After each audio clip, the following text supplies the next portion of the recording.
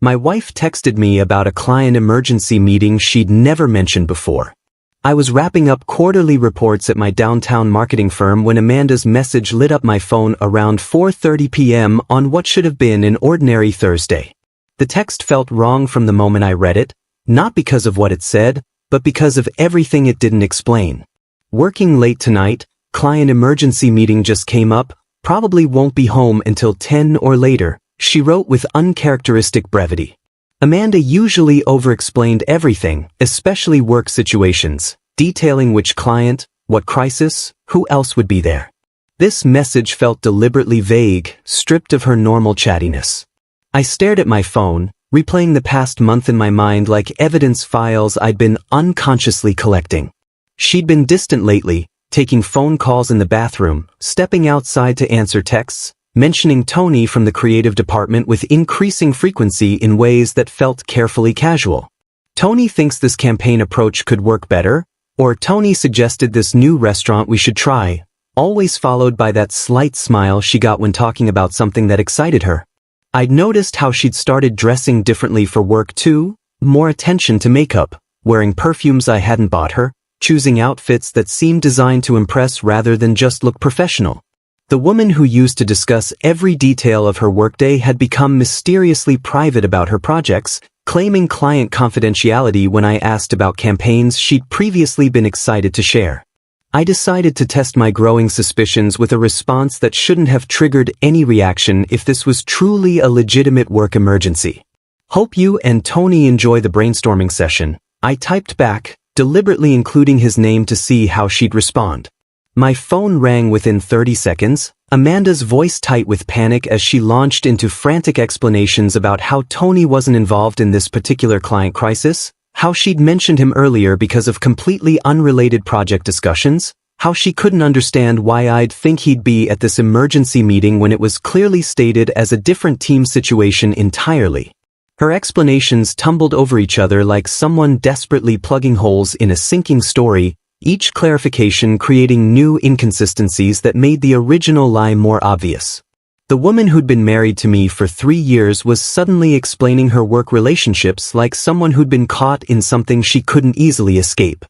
I opened our shared location app and watched the little blue that represented Amanda's phone sitting stationary at Meridian Bistro downtown, nowhere near her advertising agency or any client office I knew about. The upscale restaurant was 15 minutes from her workplace, the kind of place with cloth napkins and wine lists that required actual conversations rather than emergency brainstorming sessions. I sat in my office chair, staring at that dot for 20 minutes, watching it remain perfectly still while my wife was supposedly managing some crisis that required her immediate and urgent attention. When Amanda finally came home around 10:45 p.m., she launched into an elaborate story about how the emergency meeting had been canceled at the last minute due to a server crash that affected their entire presentation system, forcing everyone to reschedule for next week when their IT department could resolve the technical difficulties. She spoke rapidly, avoiding eye contact, her hands gesturing more than usual as she described fictional technical problems and rescheduled client calls that would never happen. I noticed the wine stains on her cream-colored blouse immediately, small purple spots near the collar that she hadn't bothered to clean, and the lingering scent of expensive cologne that definitely wasn't mine clinging to her hair and jacket. Her explanation about the server crash didn't align with anything I knew about her company's backup protocols, the redundant systems they'd invested in specifically to prevent client presentation disasters, the mobile hotspots and backup venues they'd used during actual emergencies in the past. Amanda had always been detail-oriented about work technology, complaining extensively when systems failed, yet tonight she glossed over the technical aspects with vague mentions of connectivity issues and postponed deadlines. She kept checking her phone throughout her story, typing quick responses to messages she claimed were from frustrated colleagues dealing with the aftermath of their technological crisis, but her secretive smile while reading those texts looked nothing like someone coordinating damage control with irritated coworkers. I asked basic questions about which client was affected and what presentation had been compromised, watching her struggle to maintain consistent details about a meeting that had never existed, her answers becoming more elaborate and contradictory with each follow-up question I posed with seemingly innocent curiosity. I spent my lunch break researching Tony Martinez online, finding his social media profiles filled with carefully curated photos of romantic dinners at upscale restaurants, artfully plated meals, and wine glasses positioned for intimate conversations rather than business meetings. His Instagram stories from recent weeks showed consistent patterns of expensive dining experiences, always photographed from across the table as if someone else was sitting in the frame just outside the camera's view, someone he was clearly trying to impress with his sophisticated taste in cuisine and ambience. That evening, while Amanda showered, I searched through her belongings with the methodical approach I used for market research, looking for evidence that would either confirm or eliminate my growing suspicions about her recent behavioral changes. Hidden in her jewelry box, beneath the vintage earrings I'd bought for our second anniversary, I discovered a delicate gold necklace I'd never seen before, engraved with "Forever Yours" T in elegant script that spoke of intimate planning rather than casual gift-giving. The craftsmanship was expensive, the kind of jewelry that required multiple store visits and careful consideration of personal taste, not something purchased impulsively or given between mere colleagues working on creative campaigns together.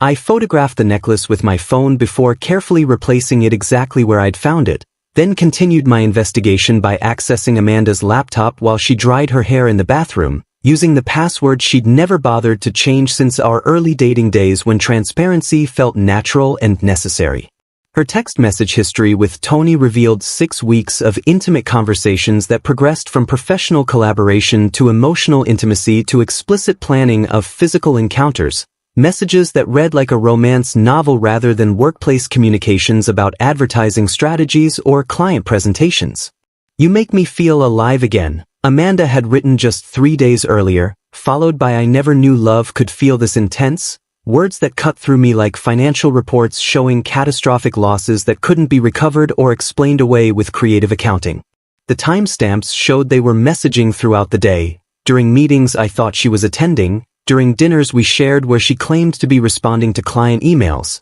during quiet evenings when she sat beside me on our couch pretending to work while actually planning intimate encounters with someone else who was making her feel things I apparently no longer could inspire.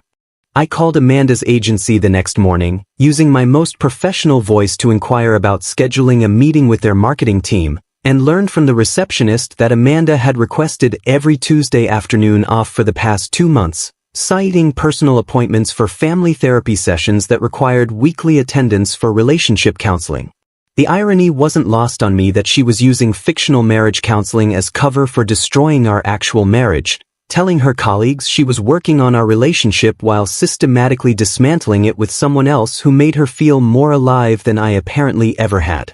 I took a personal day that following Tuesday, positioning myself across the street from Tony's upscale downtown apartment building with the patience I normally reserved for analyzing market trends and consumer behavior patterns that required careful observation and documentation. Amanda arrived at exactly 1:30 p.m., dressed in the blue dress I'd complimented her on during our anniversary dinner, carrying the overnight bag she claimed to use for gym clothes but which obviously served a completely different purpose in her carefully constructed deception. I watched her enter the building with the confidence of someone who'd made this journey many times before, her body language relaxed and familiar as she navigated the lobby and elevator system without any hesitation or need to check apartment numbers or building directories. For 3 hours, I sat in my car documenting everything with photos and timestamps, creating the kind of evidence file that would be useful for legal proceedings while trying to process the emotional reality that my wife of 3 years was spending her Tuesday afternoons in another man's bed while her colleagues believed she was working on saving our marriage.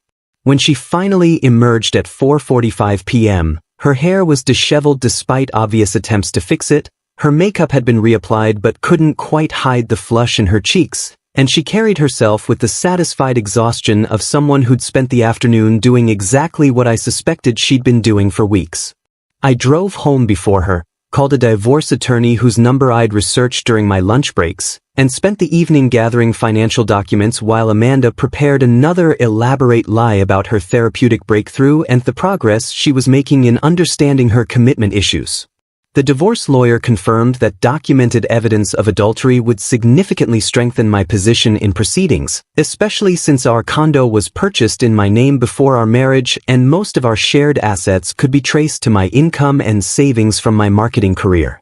I suggested surprising Amanda with lunch at her agency office on Wednesday, insisting that it was finally time to meet her famous colleague Tony, who she'd mentioned so frequently in recent months, framing it as my desire to better understand her work environment and the creative team that had become such an important part of her professional development. Despite her immediate panic and desperate attempts to redirect our lunch plans toward restaurants across town, claiming Tony was swamped with deadlines and wouldn't have time for social introductions, I persisted with the enthusiasm of someone genuinely excited to connect with his wife's workplace friendships and professional relationships. I drove us directly to her agency building, ignoring her increasingly frantic suggestions about traffic patterns and parking difficulties, her nervous chatter about how surprise visits could be disruptive to creative workflows and client confidentiality protocols that required advance notice for any visitors or family members. The moment we walked into the reception area,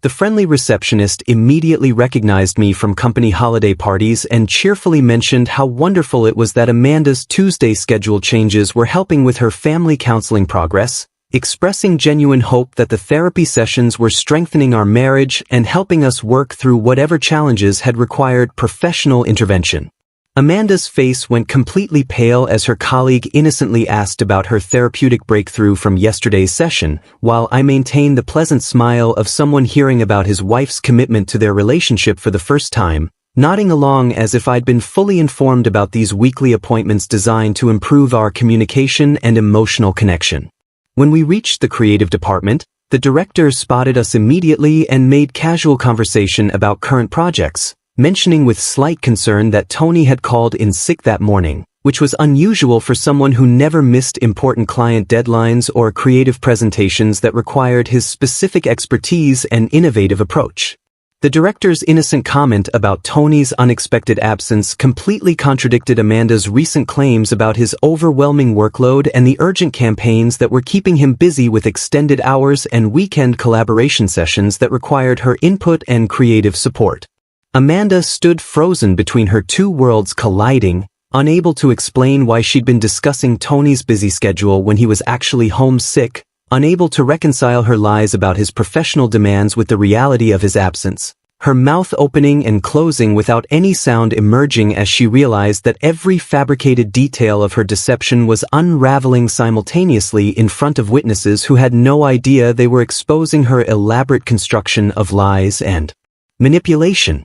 That evening, cornered by undeniable evidence and the complete collapse of her carefully constructed alibis, Amanda broke down in our living room and confessed to a 2-month affair with Tony Martinez, admitting through tears to weekly encounters at his downtown apartment during her fabricated therapy appointments that were supposed to be saving our marriage. She described their relationship in devastating detail, explaining how it started with innocent creative collaboration that evolved into emotional intimacy when Tony began complimenting her ideas and making her feel intellectually valued in ways she claimed I never had, progressing to physical attraction during late-night brainstorming sessions that turned into dinners, then drinks, then afternoons spent in his bed while her colleagues believed she was working on repairing her commitment to me. I listened to her confession with the detached professionalism I used for analyzing failed marketing campaigns, taking mental notes of every admission while she explained how Tony made her feel desired and appreciated, how their conversations about art and creativity sparked something in her that had been dormant during our 3 years of marriage, how she'd convinced herself this affair was helping her understand what was missing from our relationship rather than simply destroying it through betrayal and deception. When she finished her tearful explanation and begged for forgiveness, claiming the affair meant nothing compared to our history together, I calmly revealed that I'd known about her infidelity for several days, had documented her lies with photos and evidence, and had already consulted with a divorce attorney who confirmed that her recorded confession would significantly streamline our legal proceedings. I pulled out the separation papers my lawyer had prepared that afternoon, explaining that since our condo was purchased in my name before our marriage and most of our shared assets could be traced to my individual income and savings, She had minimal legal claim to our property or financial resources accumulated during our brief union. Amanda's shock at my preparedness transformed into panic when I informed her that I'd already contacted our bank to freeze joint accounts, changed the locks on our condo with legal authority since the property deed remained solely in my name, and arranged for her belongings to be professionally packed and stored at a facility where she could retrieve them once she'd secured alternative living arrangements. Her desperate pleas for reconciliation and promises to end the affair immediately fell on ears that had already heard enough lies to last several lifetimes. Her attempts to blame our marriage problems on my work schedule and emotional unavailability sounding pathetic after weeks of watching her construct elaborate deceptions to facilitate her betrayal of everything we'd supposedly built together. 8 months later, the divorce finalized with remarkable efficiency due to my documented evidence and Amanda's recorded admission of adultery, leaving me legally and emotionally free to rebuild my life according to my own values and priorities rather than accommodating someone who viewed marriage as a convenience rather than a commitment. I threw myself into personal growth with the same analytical approach I used for successful marketing campaigns, advancing to senior marketing director at my firm after leading a campaign that increased client revenue by 38%, joining a photography club that challenged my creative perspective, starting rock climbing at an indoor gym that pushed my physical limitations, and generally rediscovering interests that had been neglected during years of trying to make my marriage work. With someone who was fundamentally incompatible with my vision of partnership and loyalty. Through the photography club, I met Sarah, an environmental lawyer who specialized in corporate sustainability cases, someone whose passion for meaningful work matched my own professional dedication while bringing an intellectual curiosity and moral clarity that made every conversation feel like an opportunity to learn something valuable about the world and my place in it. Sarah appreciated my methodical approach to planning and decision-making, found my attention to detail romantic rather than boring, and never made me feel like my career success was something to be apologized for or minimized in order to accommodate someone else's insecurities about their own professional achievements. Meanwhile, Amanda's affair with Tony ended abruptly when he learned about our divorce proceedings and realized that his romantic fantasy was about to become a complicated reality involving legal consequences and social judgment from colleagues who had witnessed their workplace relationship evolve from professional collaboration to personal betrayal. She moved from Tony's apartment back to her sister's spare bedroom, took a part-time position at a small local advertising firm after being quietly asked to leave her previous agency due to the disruption her personal drama had caused in their creative department, and now lives in a studio apartment across town while posting carefully curated social media content designed to suggest that her life is more fulfilling than it actually appears. Last month, she attempted reconciliation through a mutual friend, claiming she'd learned valuable lessons about commitment and fidelity, expressing regret about throwing away our marriage for a relationship that proved to be built on fantasy rather than genuine compatibility, but her apologies felt like marketing pitches designed to sell me on a product I'd already determined was fundamentally defective. I've learned to value integrity and self-respect above misplaced loyalty to people who view relationships as transactions rather than partnerships, understanding now that the right person will appreciate your best qualities instead of making you feel like those same qualities are somehow inadequate or need to be changed to accommodate their inability to reciprocate the same level of commitment and honesty you bring to the relationship naturally and without resentment.